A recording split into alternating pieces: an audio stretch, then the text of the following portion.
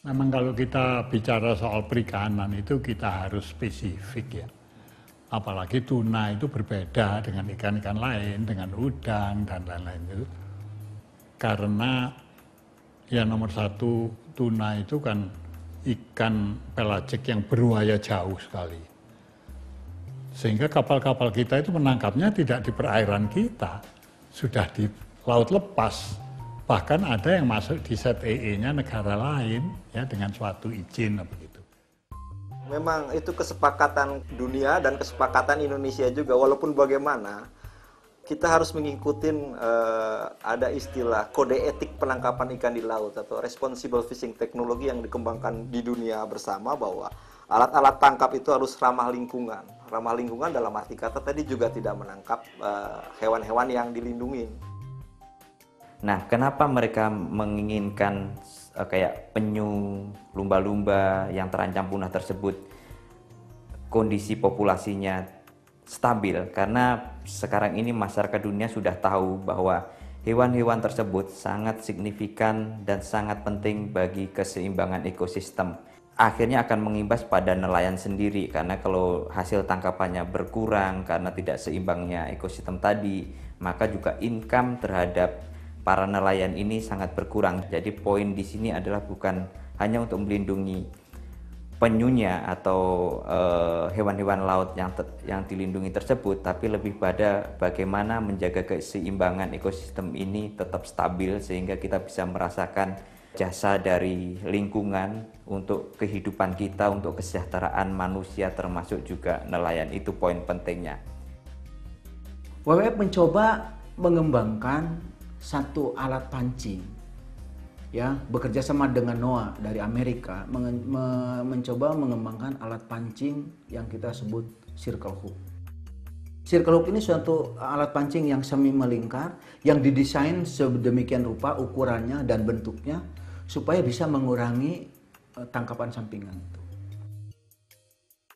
Itu dibuat sekitar era-era tahun 2000-an oleh Amerika dan terus dikembangkan ke seluruh dunia, diintroduce ke seluruh dunia.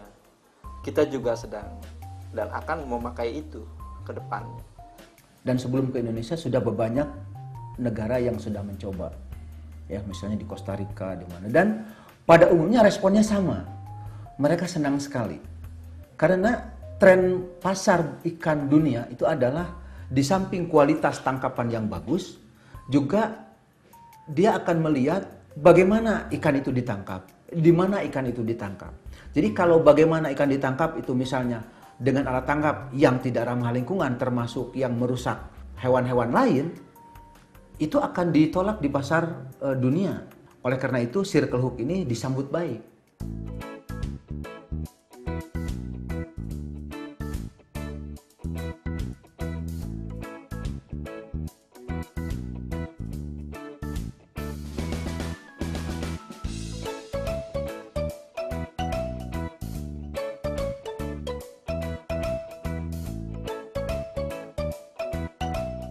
Nelayan tidak merasa susah menggunakan circle hook ini. Pada prinsipnya nelayan kita menerima teknologi itu dengan baik. Dan hasil uji coba yang kita lakukan memang bagus sekali. Dia tidak menurunkan hasil tangkapan tuna. Ada beberapa tuna longliner yang sudah mengadopsi, mencoba circle hook ini. Mereka sangat gembira sekali bahwa ternyata circle hook ini sangat baik. Jumlah tangkapan dari circle hook tidak kalah, bahkan melebihi.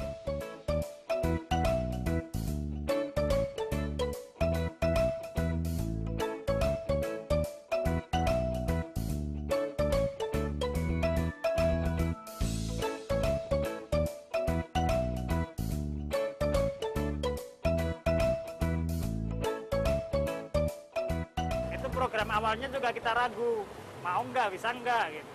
Tapi mungkin karena negara lain juga udah pernah nyoba kan, saya perhatikan diri aja, berpikir positif aja. Mudah-mudahan ini bisa berhasil kan untuk lingkungan juga. Lihat tapi karena kaku nggak mau pakai. Terus dipanggil Pak Hartoyo. Hartoyo ada begini-begini, begitu saya lihat barangnya, ya minat, bagus.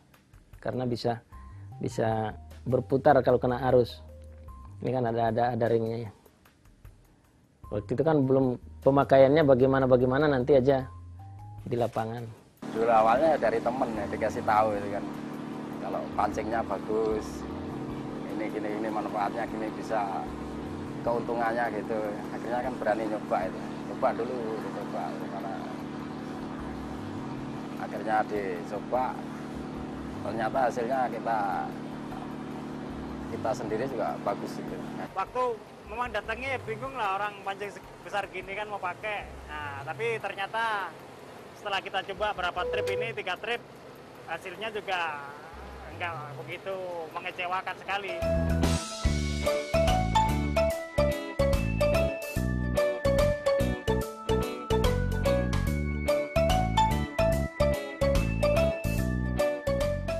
Pertama pakai, saya bawa kalau nggak salah itu 126 ekor, 80 ekor ini, 46-nya yang itu pancing J. Saya pakai pancing ini, perbandingannya sama pancing kecil, sama pakai circle hook. Nah, bandingin pakai pancing kecil. Ternyata hasil kita enggak kalah. Ini programnya bagus dari WWF.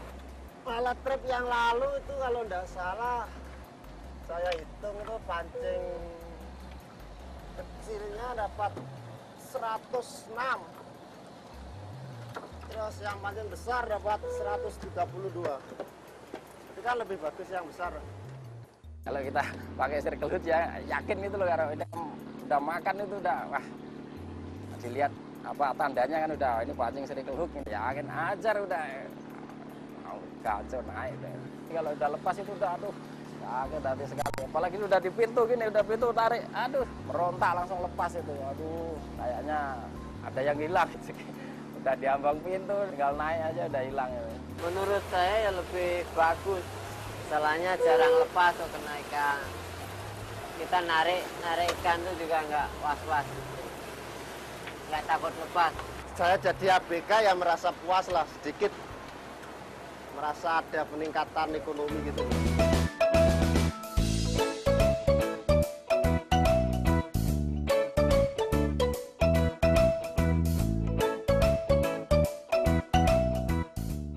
Kalau dulu ya, saya waktu zaman dulu itu penyunya banyak loh memang. Banyak yang kena pancing juga banyak. Sudah tidak ada lagi penyu-penyu yang mendekat gitu loh. Yang ditangkap pun sudah agak jarang ya, paling 1-2. Kalau kalau zaman itu banyak loh kena pancing.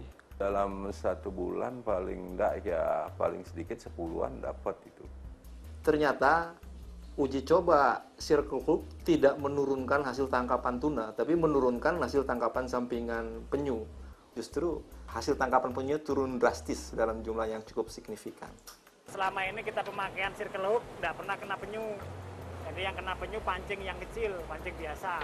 Yang kita cari tuna ya dapatnya tuna gitu. Nggak sampai merusak habitat yang lain. Justru dari silk hook tidak satupun penyu yang tertangkap. Kenapa? Ukurannya lebih besar dan circle ternyata tidak mampu digigit oleh penyu. Oleh karena itu, respon yang diperoleh dari para tuna longliner, kita optimis apabila perikanan Indonesia, khususnya para tuna longliner, akan bisa mengurangi dari bycatch, dan akhirnya Indonesia akan dikenal oleh dunia sebagai perikanan yang sudah memperhatikan masalah-masalah lingkungan.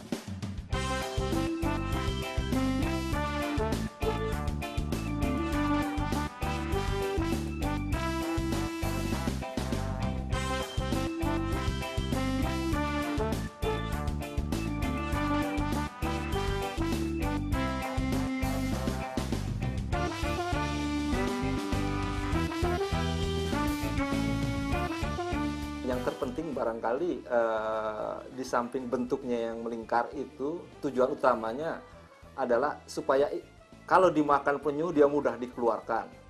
Tetapi yang membuat pancing J-hook dapat banyak penyu adalah karena ukurannya yang kecil sehingga masuk ke mulut penyu. Nah, ukuran inilah yang dimanfaatkan oleh para peneliti perikanan dunia.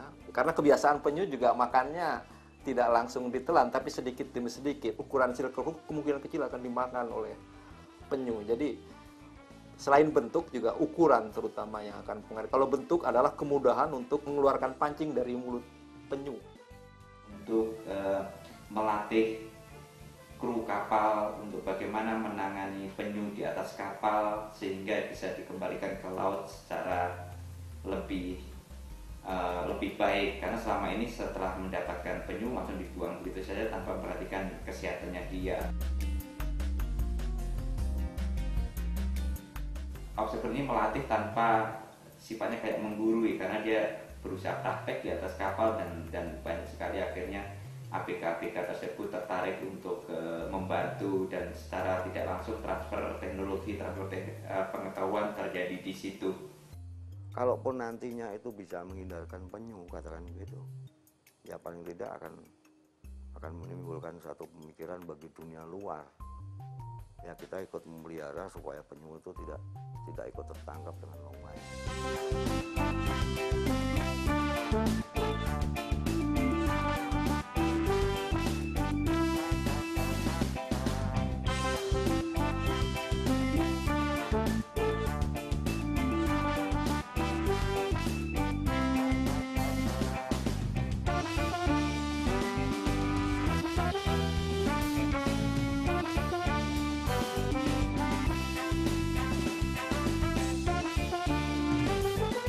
Bagi kita-kita yang memakai umpan lemuru atau umpan yang size-nya kecil, umpan itu akan sulit karena silkhook itu pancingnya besar.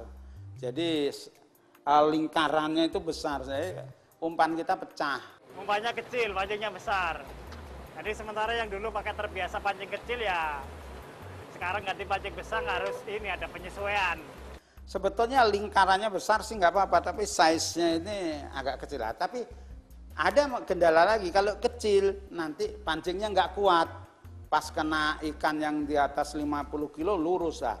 Ini akan merugikan kita, sangat-sangat merugikan. Satu ekor ikan lepas itu udah waduh, itu nilainya sudah tinggi, mengganggu juga mental daripada ABK ini. Jadi untuk sementara ini ya kita pilih-pilih aja umpan yang besar untuk pancing yang besar. Yang umpan yang kecil pakai yang pancing kecil.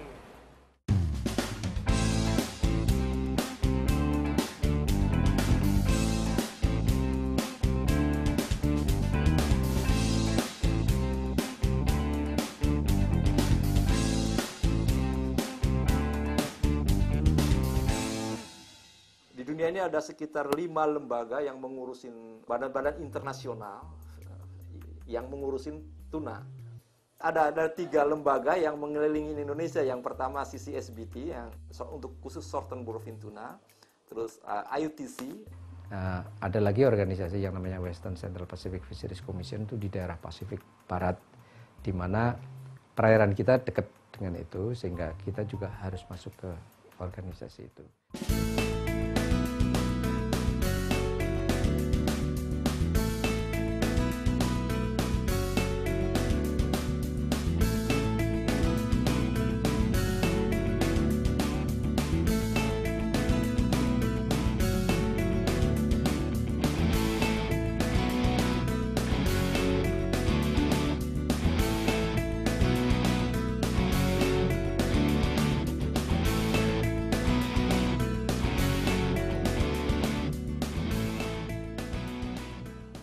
Indonesia itu sekarang sudah menjadi anggota IUTC bulan Juni yang lalu. Kita sudah menjadi anggota penuh di IUTC. Jadi kalau IUTC ya kita sekarang sudah orang baik, sudah jadi anggota. Tapi kita harus memenuhi segala kewajiban, terutama kewajiban administratif itu. Bangsanya laporan, dan ini yang biasanya kita itu paling malas. Ya soal-soal administrasi, logbook dan itu rupa-rupanya malas sekali. Lah ini harus ditertibkan. Kalau tidak ada orang mau menerima produk kita karena kita dianggap menangkap ikan tidak ramah lingkungan, nelayan kita akan susah dan produksi tuna Indonesia bisa bukan turun drastis. Banyak produksi tapi tidak punya nilai harga Nah, itu padahal kita tahu sendiri bahwa zaman sekarang ini harga BBM di kita tinggi, sehingga nilai jual yang tinggi akan menguntungkan nelayan. Jadi saya kira pemasaran produk pemakaian circle hook di dunia ini memang akan dilakukan baik oleh nelayan Indonesia maupun nelayan rawai tuna dunia lainnya. Jadi saya kira dengan penggunaan circle hook ini menunjukkan bahwa kita juga mengikuti kode etik penangkapan dunia dan yang mereka buat di organisasi-organisasi tuna dunia itu, bahwa boleh menangkap tuna tapi jangan menangkap binatang-binatang langka.